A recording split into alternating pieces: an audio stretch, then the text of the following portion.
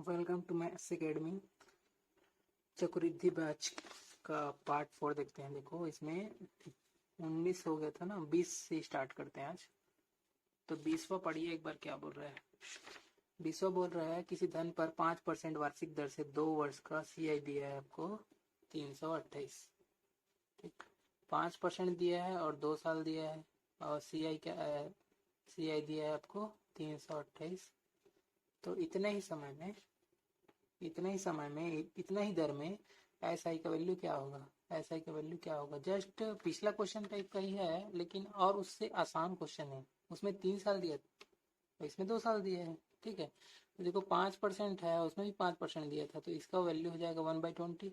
ठीक है, तो कोई ध्यान 20 से क्या हो रहा है, 21 हो रहा है। ठीक है, 20 से 1 बढ़ा तो 20 से 21 हो गया। ठीक है, 20/1 मतलब 1/20 है ना, मतलब 1 बढ़ा, ऊपर में क्या हो, वृद्धि, मूलधन क्या रहा था 20, 20 क्या मूलधन है और एक क्या है, ब्याज पड़ता है। तो 20 से क्या हो जाएगा 21। अब 2 साल के लिए है इसीलिए हम स्क्वायर कर देना। ठीक है, वहां पे 3 साल का तो क्यों कर दिए थे। ठीक है, तो ये हो जाएगा 400 और ये हो जाएगा 441। अब दोनों में अंतर कितने का है, 41 का। यही तो CI है। ठीक है, यही CI है। तो यहाँ पे तो 41 है लेकिन एक्चुअल में CI कितना है, 328। 41 क्या है रेशियो में, तो 41 एक 41, 41 से कटेगा 8 बार। ठीक है, तो एक की वैल्यू आ गई आपका 8। एक की वैल्यू कितनी आ गई, 8। तो आपको मूलधन मिल जाएगा। मूलधन कितना है यहाँ पे, 400 है। तो 400 की वैल्यू कितनी हो जाएगी, 400 गुणा 8 कर दो। एक की वैल्यू 8 है, 400 की वैल्यू 8 चौक 3200। अब 3200 हमारा मूलधन आ गया। तब SI का वैल्यू कितना हो जाएगा, देखो 2 साल के लिए 5% 2 साल में मतलब 10% लगेगा। तो 3200 का हम 10% डायरेक्ट निकाल देते हैं, मतलब ये हो जाएगा 320 रुपये। तो 320 रुपये हमारा SI आ जाएगा। ठीक, तो 20वां का आंसर 320 ही आंसर होगा। अब 21वां देखते हैं।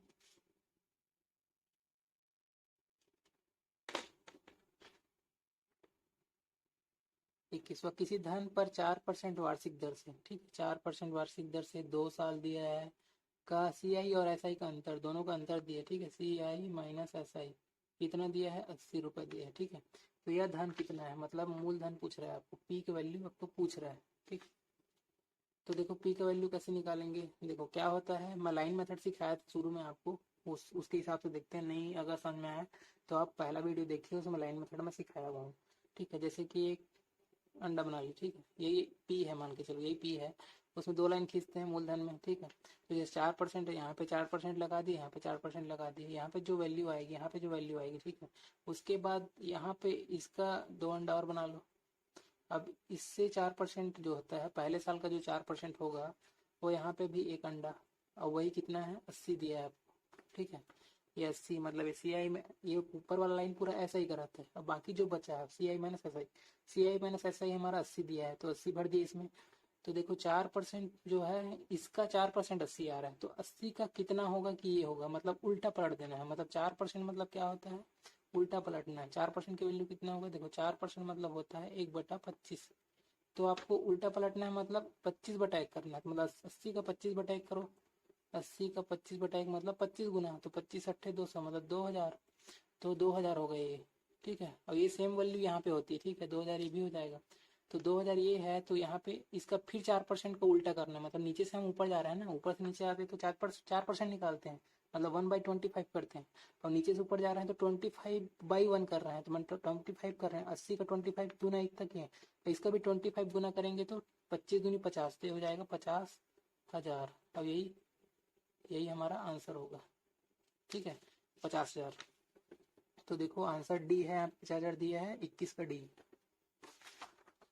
अब 22 का देखते हैं। 22 जस्ट उसी टाइप का है, इसको भी देख लेते हैं। सेम क्वेश्चन है, डाटा बस चेंज है। किसी धन पे 4% दिया है और 2 साल क्या दिया है, CI माइनस SI कितना है, 1 दिया है, 1 रुपए। CI माइनस SI बराबर 1 रुपए, 1 रुपए। तो आपको मूलधन निकालना है, P कितना है, जस्ट ऐसे निकालेंगे और थोड़ा फास्ट निकालेंगे क्योंकि हम पिछले क्वेश्चन में सीख चुके हैं। इसलिए देखो 3 अंडा बना लेते हैं, 1 2 3, और चौथा अंडा भी बना लेते हैं। देखो 4% ये भी दिया है, 4% दिया सब में, मतलब 4% दिया वैल्यू, तो सब में 4% लगा दी सभी लाइन में। अब देखो सी आई माइनस ऐसे कितने दिया, एक दिया, तो ये है सी आई माइनस ऐसे 1 रुपये, ठीक है। अब 4% का वैल्यू आपको पता है 1/25 होता है। तो अब आपको 1/25 नहीं करना, उल्टा करना है, मतलब 25/1 करना है। तो 1 का 25 गुना करेंगे तो ये 25 हो गया। अब फिर इसको 25 गुना करेंगे, 25 का 25 गुना आ जाएगा 625, तो 625 हमारा आंसर होगा, ठीक है। ये पी है, तो 625 होगा, देखो 22 का ये आंसर होगा। अब 23 पे आ जाते हैं। 23 क्या बोल रहा है, किसी राशि पर 8% CI की दर से पहले वर्ष का ब्याज जो है 48, तो दूसरे वर्ष का ब्याज क्या होगा, 8% है और CI के हिसाब से पहले वर्ष का ब्याज, ठीक है, फर्स्ट ईयर का ब्याज जो है 48 है, तो आपको सेकेंड ईयर का ब्याज क्या होगा बोल रहा है, सेकेंड ईयर के ब्याज क्या होगा, क्या होगा भाई सेकेंड ईयर का, कैसे निकालेंगे इसको, कैसे निकालेंगे सेकेंड ईयर, तो ये हो जाएगा आपका, अब देखो 2 साल का चीज है, इसको भी डिब्बा वाले में अभी जो लाइन मेथड बताया है उससे भी ये निकाला जा सकता है, ठीक है। तो एक काम करते हैं इसमें, देखो एक डिब्बा वाला जो ये मेथड है ना वैसे निकालते, ठीक है। यहाँ पे ये मूलधन है, मूलधन कितना है पता नहीं, ठीक है, उसका 8%, उसका 8%, ये भी 8%, और यहाँ पे भी डिब्बा बनेगा, और इसका भी 8%, एक डिब्बा यहाँ पे भी बनेगा, तो इसका भी 8%, ठीक है। मतलब देखो पहले साल का जो ब्याज है वो पता चल चुका है 48, तो यहाँ पे 48 भर दिए। अब 48 का 8% निकालेंगे, ठीक है।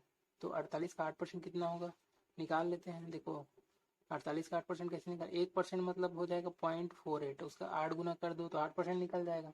तो ये हो जाएगा 8 64, 4 6 8 चौक 32, 6 38, मतलब 3.84, ठीक है। तो 3.84 ही निकल गया, तो यहाँ पे आ जाएगा 3.84। और अब पता है आपको ये जो इस डिब्बे में जो वैल्यू होती है, इस डिब्बे में समान वैल्यू होती है, तो 48 का ये हो जाएगा 48, तो ठीक है। तो फर्स्ट ईयर के लिए 48 है, सेकंड ईयर के लिए देखो 48 प्लस 3.84, तो इन दोनों को जोड़ देंगे, ठीक है, इस लाइन में, तो हो जाएगा 51.84, तो ये हमारा आंसर हो जाएगा सेकंड ईयर का, ठीक है। इसमें लाइन्स जो होती है ना, पहला लाइन जैसे ये फर्स्ट ईयर, ये वाला सेकंड ईयर, और 3 लाइन का बनता तो थर्ड ईयर ये होता है, ठीक है। तो ये हो जाएगा आपका बी आंसर होगा 23 का। अब 24 देखते हैं। 24 बोल रहा है कि आपको मूलधन पूछ रहा है जिसका दूसरे वर्ष का चक्रवृद्धि ब्याज 10% वार्षिक दर से 132 रुपये है। 24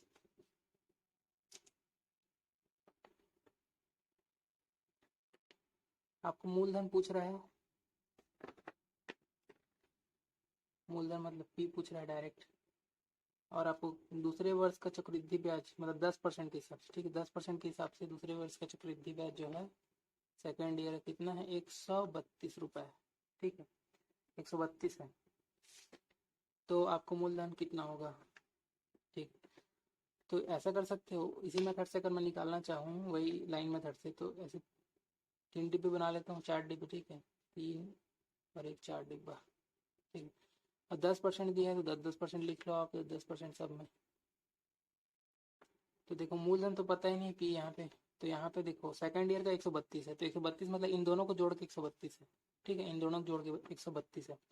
तो यहाँ पे क्या वैल्यू रखूँ और यहाँ पे क्या वैल्यू रखूँ, दोनों 132 आना चाहिए, दोनों मिले कितना हो रहा है 132, मतलब दोनों प्लस हो गए कितना बनेगा 132।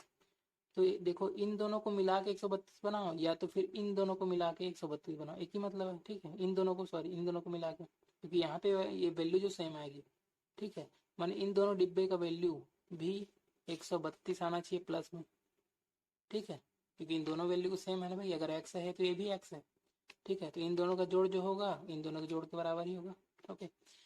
तो इन दोनों में क्या रखूँ कि 32 132 आ जाए, ठीक। तो देखो 10 इस पे 10% बढ़ाए हैं, ठीक है, ये जो भी होगा उसमें 10% बढ़ाने पे ये वाला वैल्यू आ रहा है, मतलब ये 100% है तो उसका 10% जोड़ के ये वाला वैल्यू, मतलब इसका 10% ये है ना, मतलब इन दोनों मिल के कितने हो जाएंगे, अगर मैं इसको 100 मान लूँ, ठीक है, तो ये हमारा क्या हो जाएगा, 10 हो जाएगा, मतलब टोटल हो जाएगा कितना, हो जाएगा 110। 110 की वैल्यू आपका 132 है। 110 की वैल्यू कितनी है, 132 है। तो आपका 100 की वैल्यू क्या हो जाएगी, ठीक है, 100 की वैल्यू क्या हो जाएगी, तो देखो 100 का वैल्यू आपका हो जाएगा 132/110 गुणा 100। ठीक, तो जीरो से जीरो कट गया, और 11 से हो जाएगा 11 कम 11, और 11 दूनी 22, मतलब ये हो जाएगा 120। तो ये 100 की वैल्यू जो है ना 120 हो जाएगी, मतलब यहाँ पे हमारा आ जाएगा 120। ठीक है, 120, और 120 का 10% मतलब यहाँ पे 12। ठीक है, आपको मूलधन पूछा है ना, तो किसका 110% क्या हो जाएगा, इतना होगा 120, मतलब ये 1200 आएगा यहाँ पे, 1200। 1200 का 10% क्या होता है, 120 होता है, तो हमारा 1200 जो है हमारा आंसर हो जाएगा। ठीक, तो बी आंसर होगा 24 का। अब 25वां देखते हैं। 25वां, कम से कम पूर्ण वर्षों की संख्या कितनी है जिसमें धन जो है 20% के हिसाब से सीआई की दर से दुगुने से ज्यादा हो जाए। ठीक है, डबल हो जाए, धन वन कुछ पता नहीं है, बस डबल होना चाहिए, डबल से ज्यादा होना चाहिए, बस आपको टाइम निकालना है। ठीक है, 25वां टाइम निकालना है। देखो 20% है, 20% को लिख सकता हूँ 1/5, मतलब कोई धन जो है 5 से क्या हो रहा है, 6 हो रहा है, 5 से 6 हो रहा है। तो देखो पहले पहले साल में 5 से 6, दूसरे साल में 25 से, इसको स्क्वायर कर दो, 25 से क्या हो जाएगा 36। अब तीसरे साल में क्या करते हैं, इसे क्यूब करते हैं। ठीक है, क्यूब करते हैं मतलब 5 का क्यूब मतलब 625, 6 का क्यूब मतलब 6 का क्यूब कितना होता है, 6 6 36, और 36 छक्का 216। ठीक, 216। तो देखो ये डबल से ज्यादा हो रहा है कि, देखो देखो 25 का डबल होता है 50, तो ये 50 से कम है। 625 का डबल होता है 1250, ये ज्यादा हो जाएगा, सॉरी, ये 6 6 6 36, 3 6 18, 3 21, 6 का क्यूब करेंगे तो 216 होगा। 6 का क्यूब में 216, हाँ 216 तो होगा, लेकिन ये 625 नहीं होगा, ये 225, 125 होगा, सॉरी 125 है ना, 25 पंचे 125 होगा। ठीक है, 5 का क्यूब 125 होता है, मैं 625 गलती से लिख दिया था। ठीक है, तो देखो 125 का डबल होगा तो 250 होगा, मतलब 250 तो 216 मतलब छोटा है ये, तो ये तो नहीं आएगा। अब चौथे साल में देखते हैं, ये हो जाएगा 5 का घात 4 करेंगे तो आपका हो जाएगा 625, और 6 की घात 4 करेंगे तो इसे गुणा करके देख लो, 6 से पता चल जाएगा, 6 6 36, 6 कम 6 3 9, 6 दूनी 12, 1296। अब देखो चौथे साल में देखो 625 का डबल करो मतलब 1250 आ जाएगा, 625 का डबल। अब 1250 जो है इससे कम, मतलब 1250 से क्या है, 1296 क्या है, अधिक है, मतलब ये वाला हमारा राइट होगा। ठीक है, मतलब आंसर क्या आ जाएगा, 4 साल। ठीक है, ये हमारा आंसर हो जाएगा, 4 ईयर। तो 4 ईयर हमारा मिल गया, तो 25 का बी आंसर हो जाएगा। अब अगला क्वेश्चन देखेंगे, 26वां।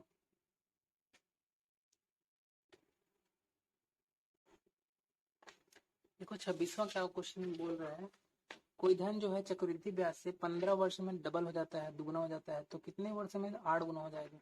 ये बहुत इजी क्वेश्चन है। देखो 15 वर्ष में कोई धन क्या है, डबल हो जाता है, मतलब 2 गुना हो जाता है, तो कितने वर्ष में 8 गुना हो जाएगा। ठीक है, कितने वर्ष में 8 गुना हो जाएगा, देखो 8 गुना हो जाएगा। 8 गुना मतलब कैसे होगा, देखो 2 गुना होगा, 2 गुना, 2 गुना और 2 गुना, 3 बार 2 गुना होगा, 2 गुना 2 गुना 2 गुना, 3 बार 2 गुना हो रहा है, मतलब यहाँ पे क्या हो जाएगा, 15 साल 15 साल 15 साल, 3 बार 15 साल की, मतलब ये हो जाएगा 45 साल। ठीक है, तो आंसर क्या आ जाएगा, 45 साल। ठीक है, तो ऐसा क्यों होता है पता है ना आपको, आपको मैं बताया भी होऊंगा कभी कि एस आई और सी आई में यही अंतर है। एस आई और सी आई में क्या अंतर है, एस आई जो है, मैं एस आई में जो है ना कोई धन जो है प्लस प्लस होके बढ़ता है, और सी आई में क्या होता है, गुड़ा गुड़ा होके बढ़ता है। फॉर एग्जाम्पल जैसे कि 100 है, ठीक है, 100 का क्या हो जाएगा, 10%, मान के चलो 10% निकालना है, तो ये हो जाएगा 110। ठीक है, पहले साल में 110, दूसरे साल में क्या हो जाएगा 120, मतलब 10% को है हमेशा जुड़ रहा है उसमें, 100 से 110 हो रहा है, मतलब 10 जुड़ा फिर 10 जुड़ा, 10 से 10 जुड़ते जा रहे हैं, लेकिन यहाँ पे क्या हो जाएगा, 100 से अगर 10 हो जाएगा तो 110 हो जाएगा, 100 से 110 होगा, लेकिन 110, ठीक है, 10% निकालें। अब अब जो है अगले साल के लिए क्या होगा, अगले साल के लिए 110 नहीं होगा, ये हो जाएगा 121 हो जाएगा, ठीक है, 121 होगा। मतलब ये क्या चीज़ का गुणा हो रहा है इसमें, 1/10 का, मतलब 11/10 का गुणा हो रहा है, मतलब रेशियो निकालेंगे ना, तो 10% मतलब 1/10, तो ये हो जाएगा 10 से 1 मतलब 11/10, तो 11/10 का रेशियो गुणा होते जा रहा है, ठीक है। अब करके देख लो, 100 में 11/10 का गुणा किए तो 110 आया। अब वैसे ही 110 में 11/10 का गुणा किए तो हमारा क्या हो जाएगा, 21 आ गया, ठीक है, 121 आ गया। और यहाँ पे क्या है, प्लस प्लस में जा रहा था, ठीक है, 10-10 जुड़ते रहते, तो फर्क यही है, प्लस प्लस में जाता है, गुणा गुणा में जाता है, इसीलिए हम इस टाइप के जो क्वेश्चन रहते हैं उसको इस टाइप से बनाते हैं, ठीक है। अब 26वां 27वां देखते हैं। 27वां क्या बोल रहा है, किसी धन पर एक निश्चित दर से 2 वर्ष का जो है साधारण ब्याज दिया है 120 और चक्रवृद्धि ब्याज दिया है 124, तो ब्याज की दर कितनी है।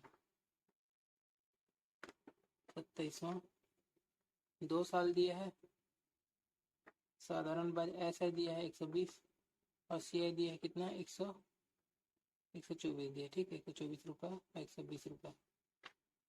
तो आपको ब्याज की दर निकालनी, मतलब रेट परसेंट आपको निकालना है, रेट परसेंट कितना होगा, ठीक।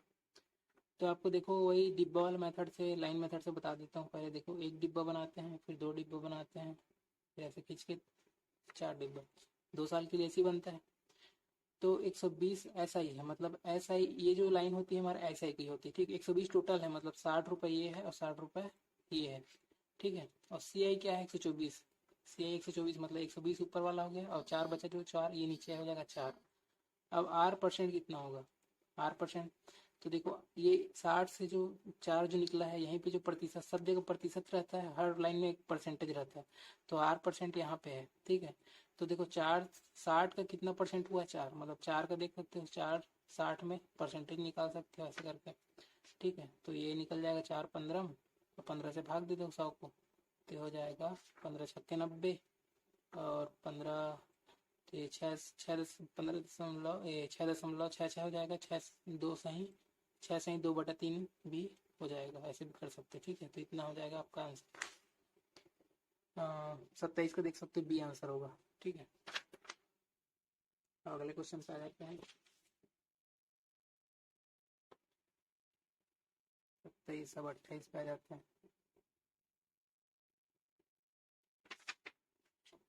28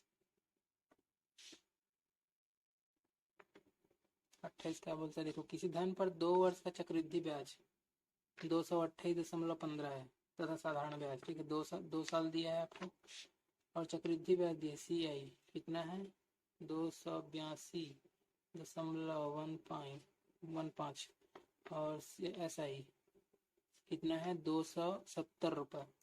तो ब्याज की वार्षिक दर कितनी है, वार्षिक दर कितनी है, जस्ट इसी टाइप का क्वेश्चन है, और इसको भी ऐसे ही बनाएंगे, ठीक है। 2 साल के लिए है, तो देखो एक डब्बा बना दिए, एक डिब्बा और ये डिब्बा, तो देखो ऐसा ही दिया 270, मतलब यहाँ पे क्या आ जाएगा, 135, 135 आधा आधा कर दिए, 135 दूनी 270 होता है, ठीक है।